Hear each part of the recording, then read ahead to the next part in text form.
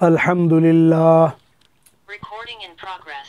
الحمد للہ نحمده ونستعینه ونستغفره ونؤمن به ونتوکل علیہ ونعوذ باللہ من شرور انفسنا ومن سیئات اعمالنا من يهده الله فلا مضل له ومن يضلله فلا هادي له ونشهد أن لا إله إلا الله وحده لا شريك له ونشهد أن سيدنا ومولانا محمدا عبده ورسوله أما بعد فأعوذ بالله من الشيطان الرجيم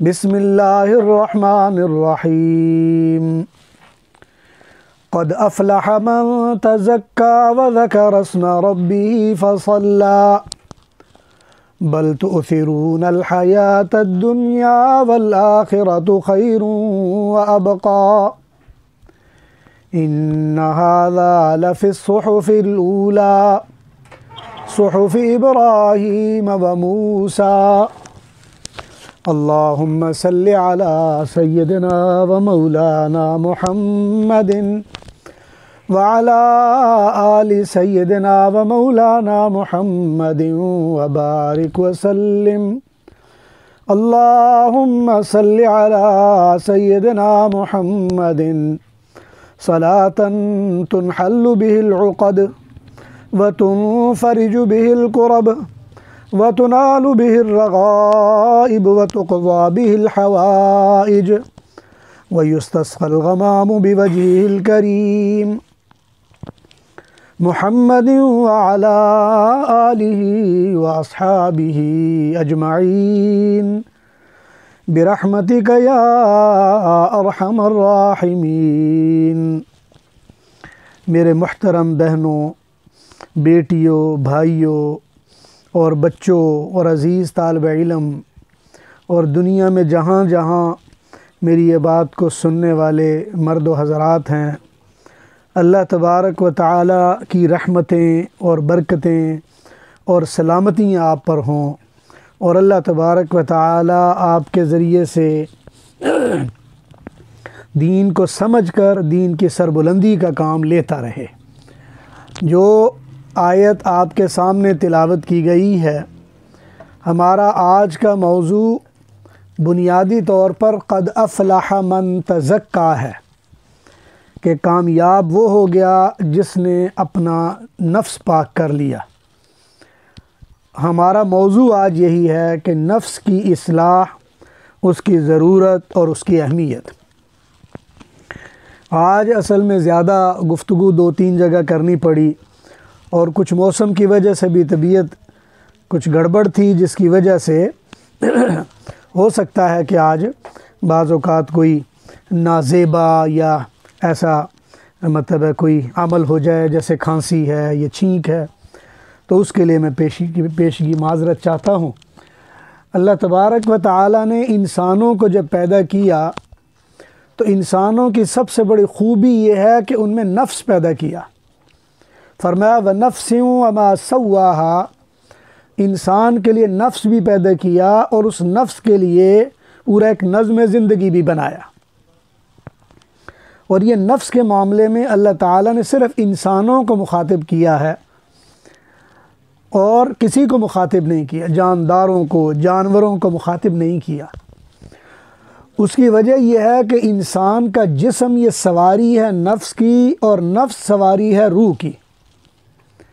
عام طور پر یہ سمجھا جاتا ہے کہ نفس اصل میں روح ہے اور روح اصل میں نفس ہے، اور یہ سمجھا جاتا ہے کہ روح کے 2 پہلو ہیں، اسی کو نفس کہہ لیتے ہیں، اسی کو روح کہہ لیتے ہیں۔ لیکن میری محترمہ بہنوں اور بچیوں اور بھائیوں اور بہنوں، یہ اچھی طرح واضح ہونا چاہیے ہم سب کے لیے، اللہ تبارک و تعالی نے انسان کو بنانے کے لیے جو میٹیریل استعمال کیا ہے، اس کے بنیادی طور پر 3 اس کے اجزاء ہیں۔ جز نمبر 1 اس کا جسم ہے، اور جز نمبر 2 یوں سمجھ لیں کہ وہ اس کا نفس ہے، اور جز نمبر 3 وہ اس کی روح ہے۔ اور یہ تینوں کو اللہ تبارک و تعالی نے 3 الگ الگ دنیاؤں سے بنایا ہے۔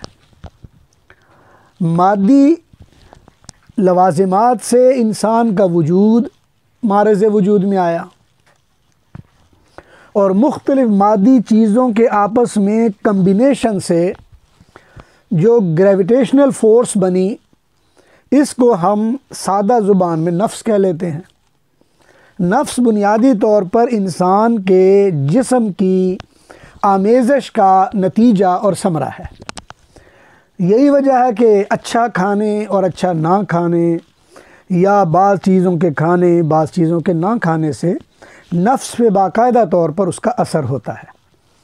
حلال کھانے کو کہا گیا، حرام کھانے سے منع کیا گیا، اس لیے کہ حلال کھانا نفس پہ اچھے اثرات پیدا کرتا ہے، اور حرام کھانا یہ نفس پہ برے اثرات پیدا کرتا ہے۔ جتنی بھی چیزوں سے اللہ ذوالجلال نے منع کیا کہ فلاں کام نہیں کرنا، یا فلاں چیز نہیں کھانی، یا فلاں عمل تمہاری زندگی میں نہیں ہونا چاہیے، یا فلاں کام سے تمہیں منع کیا جا رہا ہے، تو جن جن چیزوں سے منع کیا گیا یا کیا جا رہا ہے، یا جن عملوں سے منع کیا گیا، بنیادی طور پر یہ وہ چیزیں ہیں جو انسان کے نفس میں نیگیٹیویٹی پیدا کرتے ہیں، اس میں منفی مزاج پیدا کرتے ہیں، اور اس میں منفیت پیدا کرتے ہیں۔ اور جب انسان میں منفیت آ جاتی ہے تو یہ انسان بجائے اپنے سیدھے راستے پر جانے کے اپنے راستے کو الٹ لیتا ہے، دائیں طرف بائیں طرف ادھر ادھر لڑکتا پھرتا ہے۔ تو انسان کے لیے سب سے زیادہ جو محنت کرنے والی چیز ہے وہ نفس ہے۔ اللہ تبارک و تعالی نے جسم کو پاک رکھنے کا حکم دیا، اللہ تبارک و تعالی نے ہمیں رنگا رنگ کی عبادات کا حکم دیا۔ وہ عبادات تو جسم کے ساتھ ہو ہی رہی ہوتی ہیں، لیکن جو اصل حکم دیا وہ نیت کا دیا کہ آپ نے عمل کرتے وقت نیت کو استحضار رکھنا ہے اور وہ پیش نظر رکھنا ہے۔ اسی لیے فرمایا انما الاعمال بالنیات، عمل کا دار و مدار وہ آپ کی نیت پر ہوگا، جیسے نیت ہوگی ویسی آپ کی مراد ہو جائے گی۔ عمل کا تعلق انسانی جسم سے ہے، اور نیت کا تعلق انسانی نفس سے ہے۔ عمل کا تعلق یا کردار کا تعلق یا آپ کے جسم کے لوازمات و ضروریات کا تعلق وہ آپ کے مادی جسم سے ہے، جو 6 فٹ آپ کا میرا آپ کے سامنے اور آپ کا میرے سامنے ہے، اور جس کی وجہ سے ہماری ایک دوسرے سے شناخت ہوتی ہے۔ ہم ایک دوسرے کو بتاتے ہیں کہ جی میں فلاں ہوں اور وہ فلاں ہے، اور وہ فلاں ہے اور اس کا نام فلاں ہے۔ تو ہماری آپس کی ایک دوسرے سے جو شناخت ہے وہ جسم کے ذریعے سے ہوتی ہے، نفس کے ذریعے سے نہیں ہوتی ہے۔ ہمارا شناختی کارڈ، ہمارا پاسپورٹ، ہماری نیشنلٹی، ہمارا کہیں قیام کرنا، کہیں سے گزرنا، کہیں آنا، کہیں جانا، یہ صرف اور صرف ہمارے جسم کا لوازمہ ہے، اور جسم کی وہ ضروریات ہیں جو سامنے رکھتے ہوئے ہم ان کو پوری کر رہے ہوتے ہیں۔ لیکن انسانی زندگی میں اہم ترین جزو وہ نفس ہے، اور یہ جو نفس ہے باقاعدہ اس کو پاکیزہ کرنے کے لیے پاکیزگی اختیار کرنی پڑے گی، نفیس بنانے کے لیے نفاست اختیار کرنی پڑے گی، اور اس کو نجس کرنے کے لیے نجاست اور گناہ اختیار کرنے پڑیں گے۔ لہٰذا جیسے جیسے آپ اعمال کرو گے اس کا اثر اور نتیجہ آپ کے نفس میں مرتب ہوگا۔ اسی لیے اللہ نے فرمایا وَنَفْسٍ وَمَا سَوَّاهَا، اور نفس انسان کا ہے، اور اس اللہ نے جس طرح اس کو کیا ہے برابر کیا ہے، فَأَلْهَمَهَا فُجُورَهَا وَتَقْوَاهَا، اور انسان کو فجور اور تقوی دونوں کی طرف رہنمائی کر دی گئی ہے۔ وہ فجور کر لے یا گناہ کر لے، یا تقوی اختیار کر لے اور متقی بن جائے، دونوں طرح کر سکتا ہے۔ لہٰذا انسان الہمہا فجورہا و تقواہا، یعنی تقوی اور نیکوکاری، یہ دونوں اس کے سامنے ہیں، یہ دونوں راستے ہیں۔ اسی لیے حضرت یوسف علیہ السلام سورہ یوسف میں جب وہ زلیخا نے اور وہ سارا ماحول ایسا بنا آپ کے لیے بدنامی کا باعث ہوا، تو جب بعد میں ان کی چھٹکارا ہوا، بادشاہ کے دربار میں پیشی ہوئی اور بادشاہ نے اس کو کہا چلو میں آپ کو اپنا نائب اور وزیر بنا لیتا ہوں، اور آخر میں جا کے سارا قصہ جب اینڈ کو پہنچتا ہے تو یوسف علیہ السلام کے کلمات ہیں، فرمایا وما ابرئ نفسی ان النفس لامارۃ بالسوء الا ما رحم ربی، میں اپنے نفس سے بچا ہوا نہیں ہوں بلکہ میرا نفس وہ تو ایسا ہے، اور ہر ایک کا نفس ایسا ہے، لامارۃ بالسوء، جو برائیوں کو پہچاننے میں بڑا ماہر ہے، الا ما رحم ربی، مگر جس پر اللہ رحم کر دے تو وہ بچ بھی سکتا ہے۔ اسی لیے اللہ تبارک و تعالیٰ نے فرمایا ایک جگہ پر قد افلح من زکاہا، جس نے نفس کو جس نے نفس کو پاک کیا وہ کامیاب ہو گیا۔ قد افلح من زکاہا، جس نے اس نفس کو پاک کیا وہ کامیاب ہو گیا۔ آگے فرمایا فَأَلْهَمَهَا فُجُورَهَا وَتَقْوَاهَا، اور پھر وہ اس کو برائی یا نیکوکاری کی راستے کی ترغیب دینے میں لگا رہتا ہے ہر وقت۔ اسی لیے جو قرآن کریم میں اللہ تعالیٰ نے اس لفظ کو استعمال کیا، نفس کی کئی قسمیں بنائی گئی ہیں۔ ایک نفس امارہ بنایا گیا ہے جو انسان کو برائیوں کی طرف لگانے میں بڑا شیر ہوتا ہے۔ اسی طرح نفس لوامہ ہے کہ انسان سے کوئی گناہ معاصی ہو جائیں اور یہ نفس اس کو مائل کر دیتا ہے کہ تو نے بڑا غلط کام کیا، تجھے ایسا نہیں کرنا چاہیے تھا، اسے بچنا چاہیے تھا۔ اسی طرح نفس ملہمہ، الہمہ سے ہے ملہمہ، یعنی اللہ تبارک و تعالی کبھی کبھی کسی بندے کے دل میں نیکی کی بات ڈال دیتے ہیں اور برائی سے بچنے کے لیے اس کو ترغیب دے دیتے ہیں۔ اسی طرح نفس امارہ ہے اور نفس لوامہ ہے، اور اس طرح اور نفس کی کئی قسمیں ہیں جو اللہ تعالیٰ نے قرآن کریم میں بیان کی ہیں۔ یہ جو ہمارا نفس ہے، بنیادی طور پر اس کی پیوریفیکیشن یا اس کو بہتر کرنا یا اس کو آرگنائز کرنا یا اس کو اللہ کے احکامات کے مطابق لے کر آگے چلنا، اس کے دو پہلو ہیں۔ ایک پہلو تو یہ ہے کہ آپ اپنی زندگی میں، اپنے ماحول میں اپنے اوپر نجاست نہ آنے دیں، یعنی آپ کے کھانے پینے میں، آپ کے پہننے میں، آپ کے اوڑھنے بچھونے میں نجاست نہ ہو، بدبو نہ ہو، برائی نہ ہو، اس لیے کہ یہ چیزیں آپ میں نیگیٹیوٹی پیدا کریں گے۔ اور دوسری صورت آ گئی، آپ اگر کریں تو اچھے کام کریں، کھانا پینا حلال کا ہو، پاکیزہ ہو، خوشبو کا استعمال ہو، طہارت جسمانی ہو، نجاستوں سے گریز ہو، یہ ساری چیزیں وہ ہیں جو آپ کے نفس میں پازیٹیوٹی پیدا کرتے ہیں اور آپ کے نفس میں نیکی و بھلائی کا جذبہ پیدا کرتے ہیں۔ تو یہ دو الگ الگ چیزیں ہو گئی ہیں۔ اب ہمارے سامنے دو چیزیں ہیں۔ پہلی شریعتوں میں یا پہلے لوگوں نے اس نفس کو تقویت دینے کے لیے اور نفس کو طاقتور بنانے کے لیے بعض مراقبے اور چلے اور میڈیٹیشن کے سسٹم بنائے تھے، اور یہ سسٹم بھی آدم علیہ السلام کے ذریعے سے چلے آ رہے ہیں، انبیاء کے ذریعے سے آگے منتقل ہوتے چلے آ رہے ہیں۔ ہر دور میں نفس کو پاک کرنے والی مشقیں اور ایکسرسائز اور اسی طرح اس کے لیے محنتیں وہ یکساں رہی ہیں۔ الفاظ اور زبان کا فرق پڑتا رہا یا کلچرل تھوڑی بہت تبدیلی آتی رہی، ادروائز وہ مشقیں ایک جیسی ہی رہی ہیں۔ اگر آپ بدھا کی تاریخ پڑھیں گے تو وہ آپ کو پہاڑوں کی کھو میں بیٹھ کر میڈیٹیشن کرتا ہوا نظر آئے گا۔ ہندو پنڈتوں کو دیکھیں گے تو وہ بھی پہاڑوں میں، غاروں میں اور قبروں میں اور کہاں کہاں بیٹھ کر جا کے وہ اپنے میڈیٹیشن کرتے ہوئے نظر آئیں گے۔ اگر آپ یہودیوں کو دیکھیں گے تو قبالہ کا سسٹم ان کا ہے، وہ بھی بڑے دور دور کہیں پہاڑوں میں ادھر ادھر جا کے وہی میڈیٹیشن کرتے ہوئے نظر آئیں گے۔ عیسائیوں میں آپ دیکھ لیں، ان میں جتنے راہب ہیں اور جو ننز ہیں اور جنہوں نے ساری زندگی شادی نہیں کرنی ہوتی اور یکسوئی کے ساتھ اپنی زندگی گزارتی ہیں اور وہ گرجاؤں میں ہوتی ہیں، اور اسی طرح آدمی ہیں وہ گرجاؤں میں ہوتے ہیں، اور ان کا بنیادی مقصد یہی ہوتا ہے کہ خدا کے ساتھ، اپنا یسوع مسیح کے ساتھ اپنا تعلق قائم کر کے اپنے آپ کو روحانی لحاظ سے پیوریفائی کیا جائے۔ وہی چیزیں جو پہلے مذاہب میں تھیں وہ اسلام میں بھی آ گئیں۔ لہٰذا پہلی چیز یہ سمجھنی چاہیے کہ اسلام کوئی نئی چیز نہیں لے کر آیا، ساری وہ چیزیں پہلی شریعتوں میں تھیں، لیکن ان میں جو مقامات ہیں اور ان کے جو مراتب ہیں وہ بدترین راستے پر چل پڑے تھے، اور شریعت نے ان کو سیدھے راستے کی طرف لگانے کے لیے ان کو ترغیب دی اور سیدھا راستہ ان کو بتایا، ان کو سیدھے راستے کی طرف لگایا۔ لہٰذا بنیادی طور پر جو چیز سمجھنے والی ہے وہ یہ کہ کسی بھی زمانے میں کوئی نئی چیز اسلام میں نہیں آئی۔ ہمارا عبادات کا نظام یہ ہمارا ذاتی نہیں ہے، بلکہ ہمیں پچھلے انبیاء سے ملا ہے۔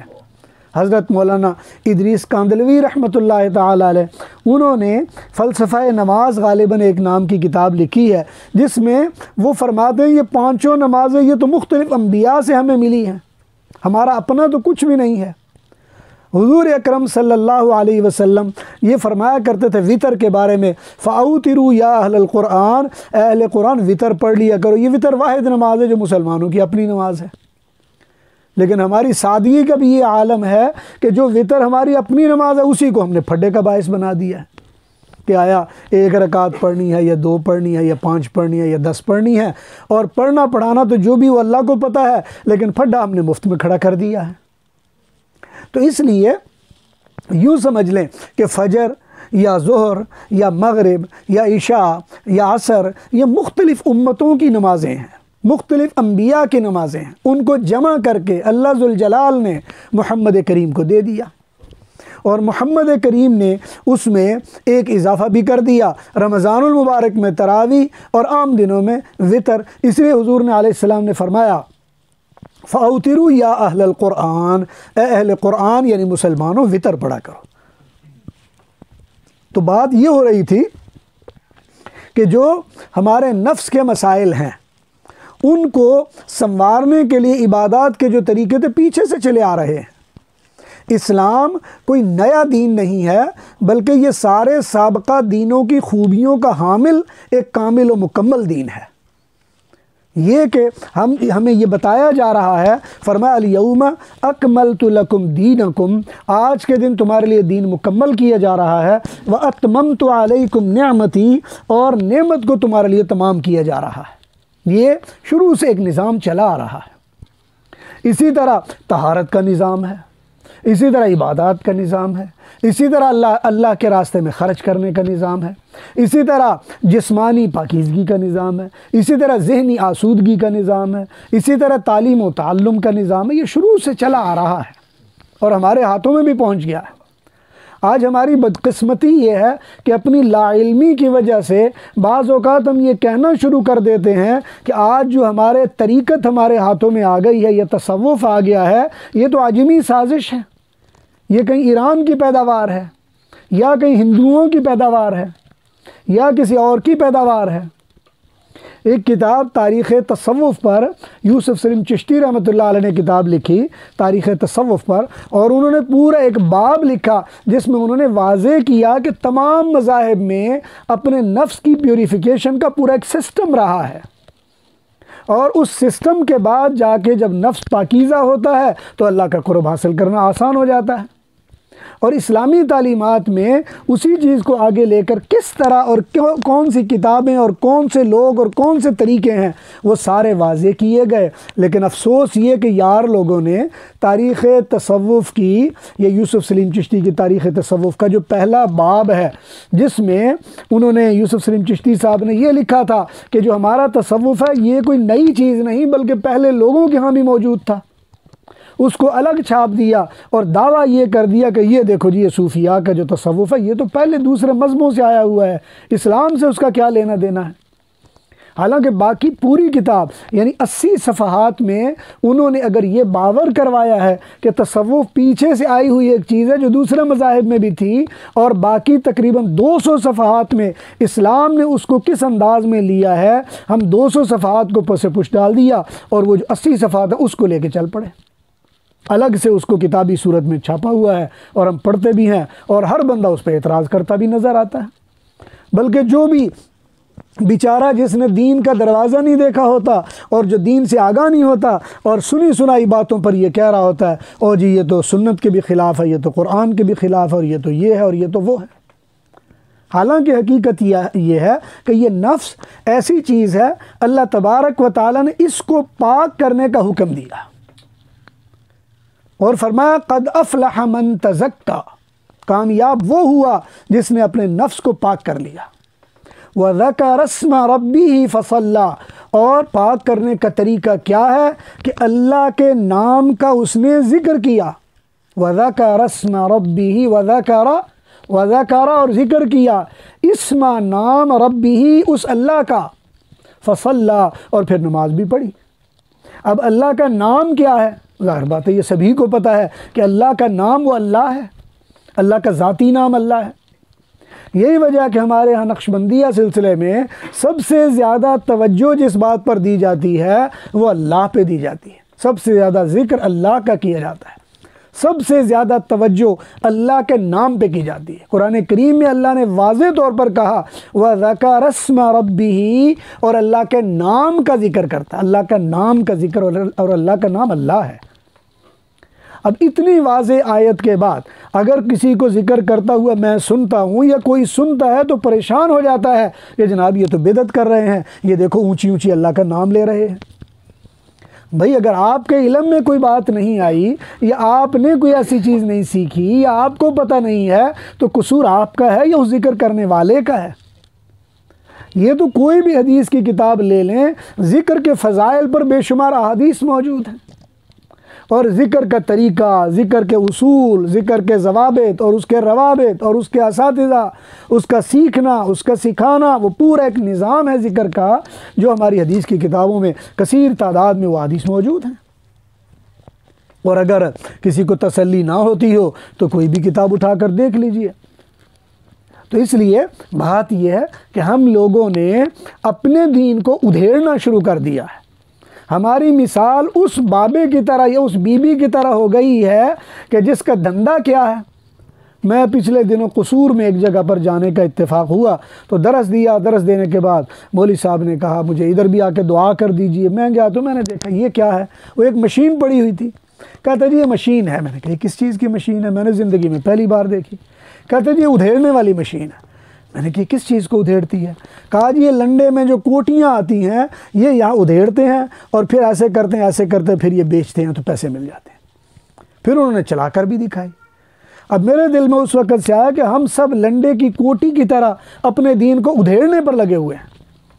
حضور علیہ السلام نے جو بات کہی ہم اس بات کے پیچھے پڑے ہوئے ہیں کہ حضور نے جو کہا وہ حضور نے کہا ہی نہیں۔ ہمیں ائمہ نے جو بات پہنچائی ہم کہتے ہیں نہ وہ کسی نے کہی ہی نہیں۔ یعنی میری تحقیق جس نے کچھ پڑھا نہیں، عربی کا ایک لفظ نہیں جان سکتا، تو میری تحقیق تو قابل قبول و قابل عمل ہے، لیکن افسوس یہ ہے کہ جو اوپر سارا معاملہ اس کے اوپر ہمارا اعتماد ہی نہیں ہے۔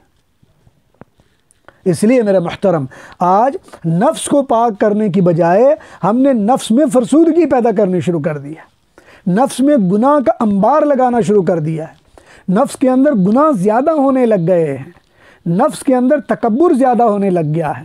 آپ کے جتنے اخلاق رذیلہ ہیں وہ نفس کے بگاڑ کی وجہ سے پیدا ہوتے ہیں، اور جتنے اخلاق حسنہ ہیں وہ نفس کے سنوار سے پیدا ہوتے ہیں۔ اگر آپ نفس کو سنوار لیں گے تو نفس کو سنوارنے سے آپ کے اخلاق سنورنا شروع ہو جائیں گے، آپ کو سچ بولنا برا نہیں لگے گا، آپ کو پاکیزگی طہارت بری نہیں لگے گی، آپ کو نماز روزہ برا نہیں لگے گا، آپ کو خوشبو اور نیکوکاری بری نہیں لگے گی۔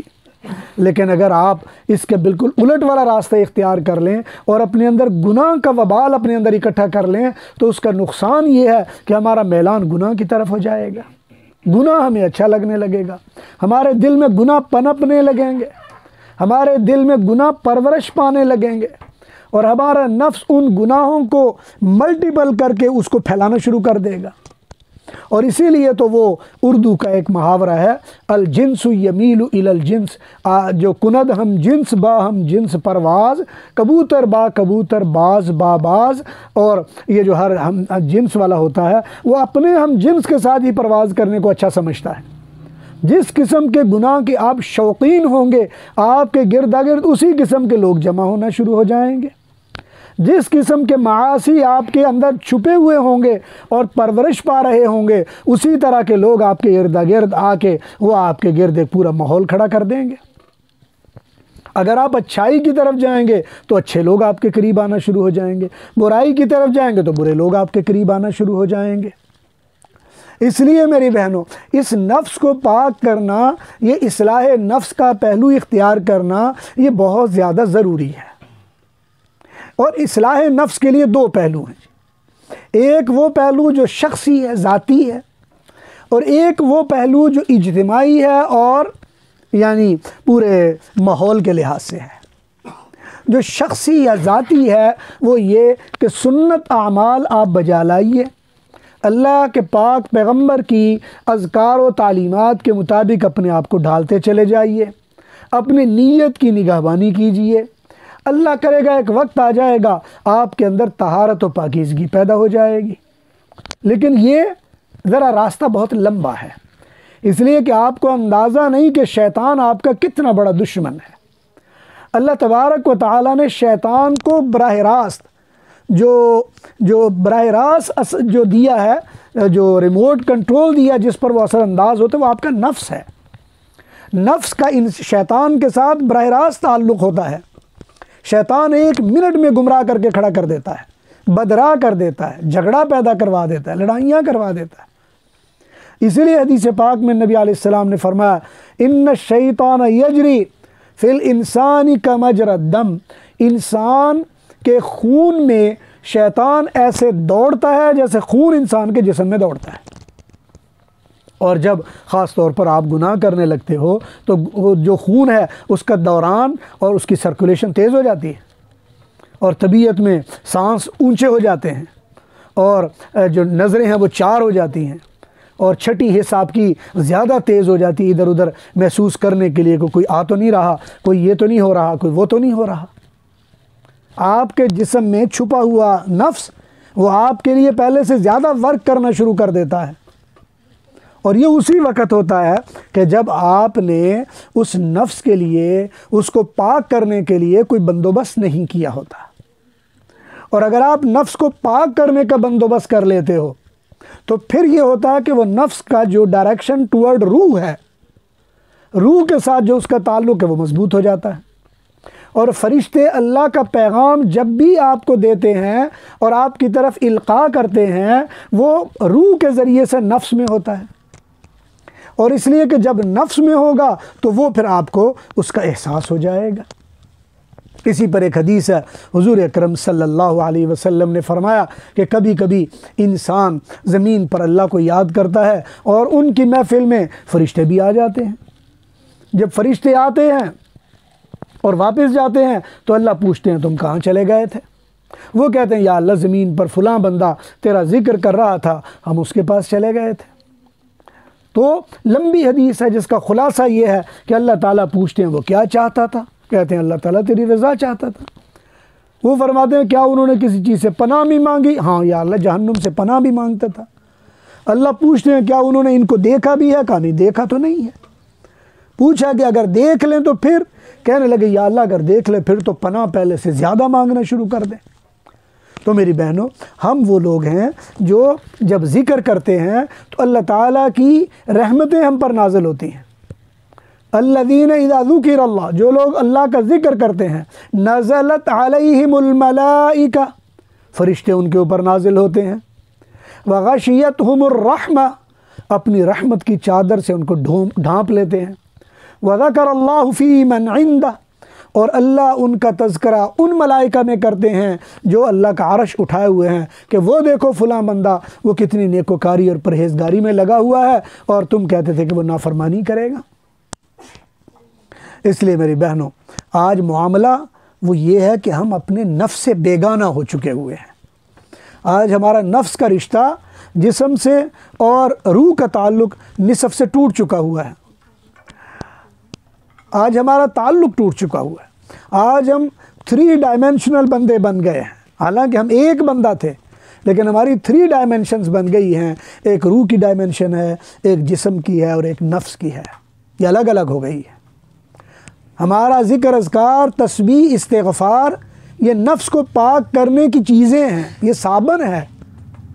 حضرت اقدس مولا شیخ علی تھانوی رحمۃ اللہ علیہ سے کسی نے پوچھا کہ حضرت یہ بتائیے کہ ذکر پہلے کرنا، استغفار پہلے کرنا چاہیے یا درود شریف پہلے کرنا چاہیے؟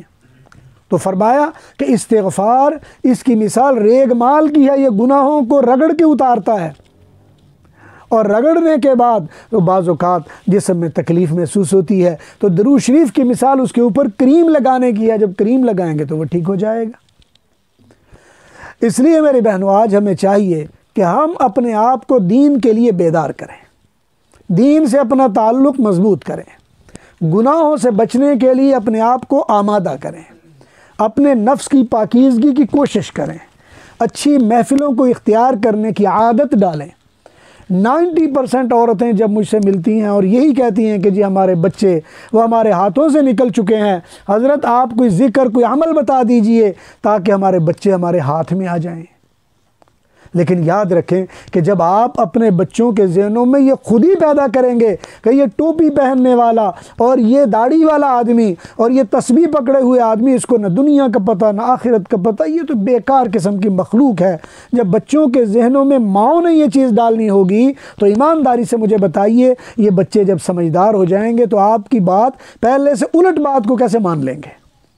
اس لیے کہ جو ان کو منوانے، سمجھانے اور قائل کرنے کا وقت تھا، وہ وقت تو آپ نے ان کو بغاوت میں لگانے میں لگایا، ان میں بغاوت پیدا کی، اور آج جب بغاوت کا نتیجہ نکلا تو آج آپ چلے اس بات پر کہ جی دعا کریں، کوئی ذکر بتائیں، کوئی تسبیح بتائیں۔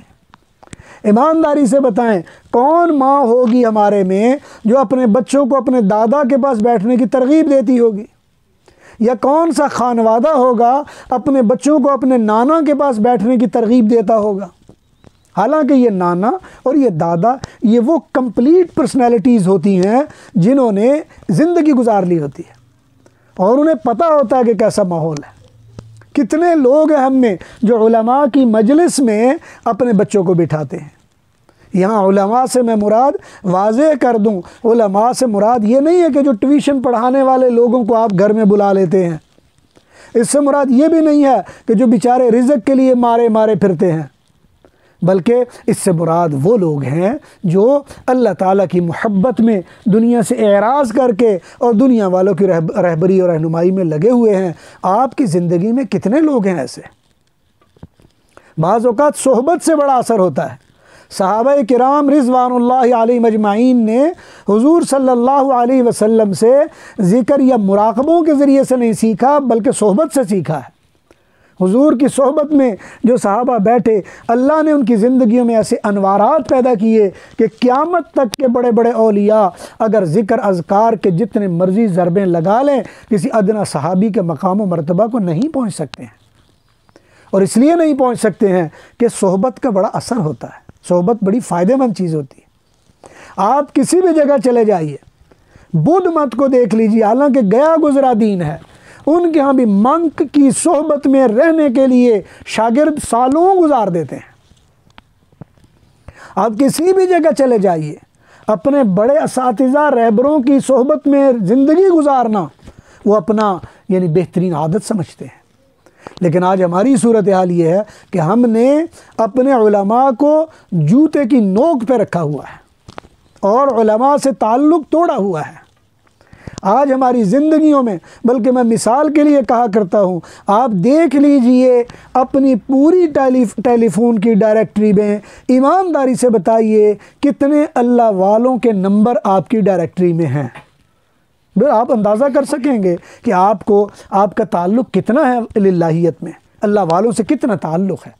اگر آپ کی ڈائریکٹری میں 100 نمبر ہے اور ایک نمبر اگر کسی نیک بندے کا نکل آئے، کسی حافظ صاحب کا، کسی قاری صاحب کا، تو اس کا مطلب 1% آپ کا دین سے تعلق ہے، اور اگر 2 نکل آئے تو سمجھ لیجئے 2% ہے۔ اور مجھے نہیں لگتا کہ کسی کی بھی ڈائری سے 1-2 نمبروں سے زیادہ کوئی نکل بھی آئے گا۔ تو سب سے بنیادی چیز ہے صحبت۔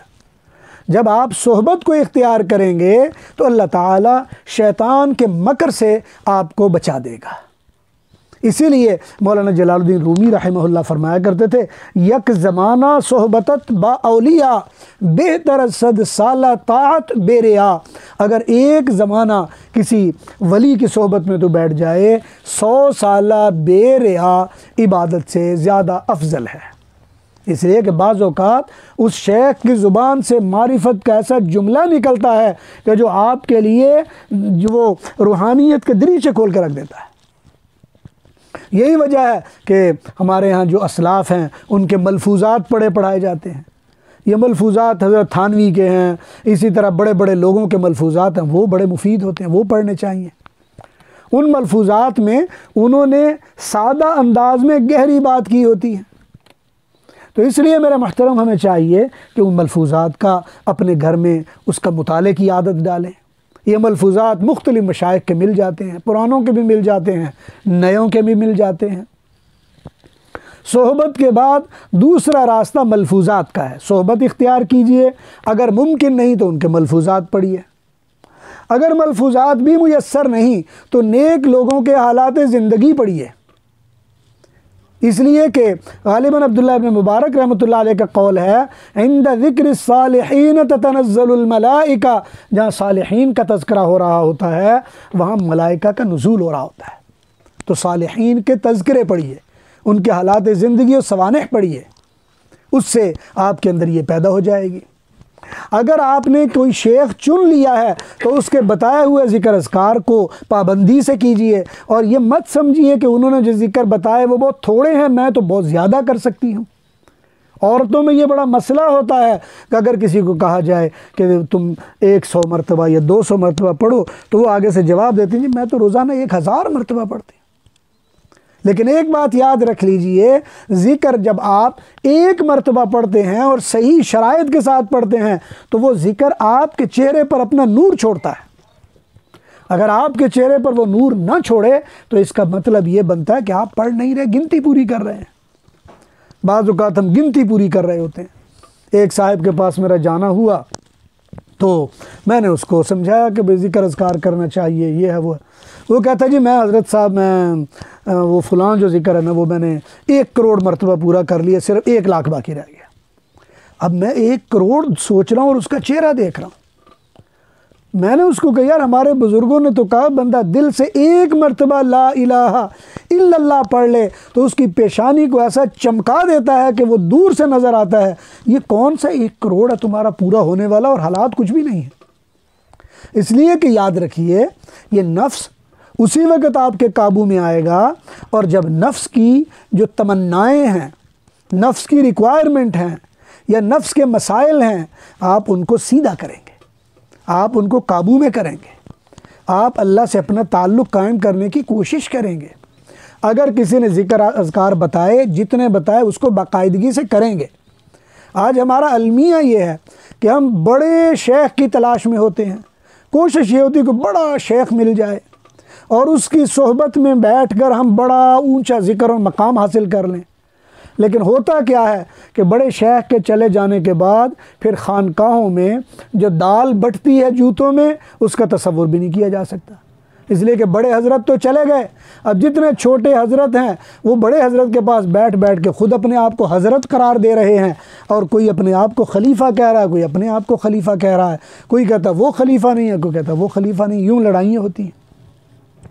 اس لیے میری بہنوں ہمیں چاہیے کہ ہم سوچیں، اپنے نفس کی اصلاح کی فکر کریں۔ اس دنیا میں آپ کی ہر عبادت، ہر طریقہ، ہر بات اس کا بنیادی محور اور بنیادی مقصد وہ نفس کی پاکیزگی ہے۔ اس لیے فرمایا قد افلح من زکاہا، کامیاب وہ ہو گیا جس نے اپنے آپ کو پاک کیا۔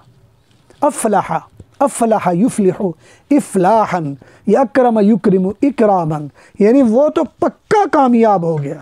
اکرام باب افعال باب، اس کا مطلب ہوتا ہے کہ اگر کسی کو شک شبہ ہو وہ دور کر دے، بلکہ جان لے کہ وہ کامیاب ہو گیا۔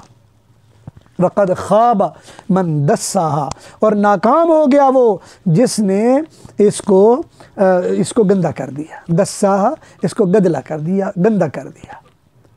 اور نفس کی مثال انسانی زندگی میں بالکل آپ یوں سمجھ لیجئے جس طرح آپ کی گاڑی میں وہ ہوتا ہے جو انجن میں ایک آئل چینج ہوتا ہے، آئل چینج ایک فلٹر ہوتا ہے، ایک ہوا کا فلٹر ہے، ایک آپ کے فیول کا فلٹر ہے۔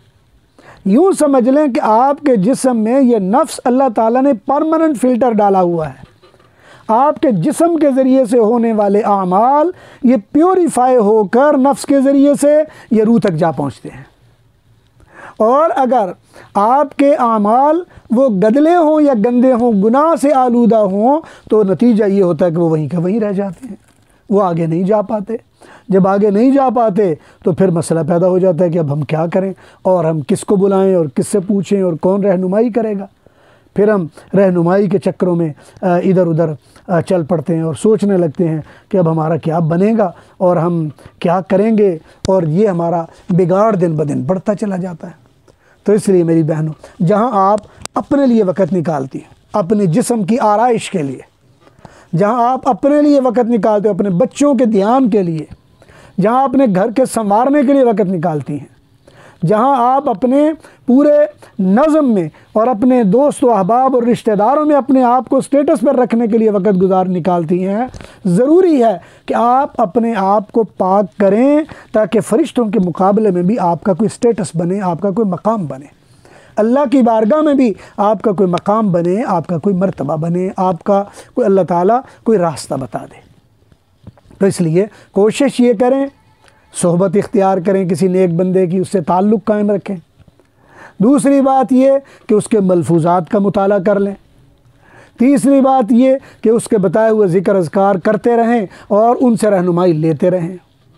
اور چوتھی بات یہ ہے کہ معاصی سے بچتے رہیں، استغفار سے جڑے رہیں، اور اگر کوئی غلطی کوتاہی ہو جائے تو استغفار کو اپنے ہاتھ سے نہ چھوڑیں، اس لیے کہ یہ استغفار ایسی چیز ہے جو بندے کے گناہ کے اثرات کو اس کے جسم اور روح پر مرتب ہونے سے پہلے اس کو دھو دیا کرتی ہے۔ اللہ تعالیٰ سے دعا ہے جو کہا گیا، جو سنا گیا، اللہ رب العالمین اپنی بارگاہ میں قبول فرمائے۔ وآخر دعوانا ان الحمد للہ رب العالمین۔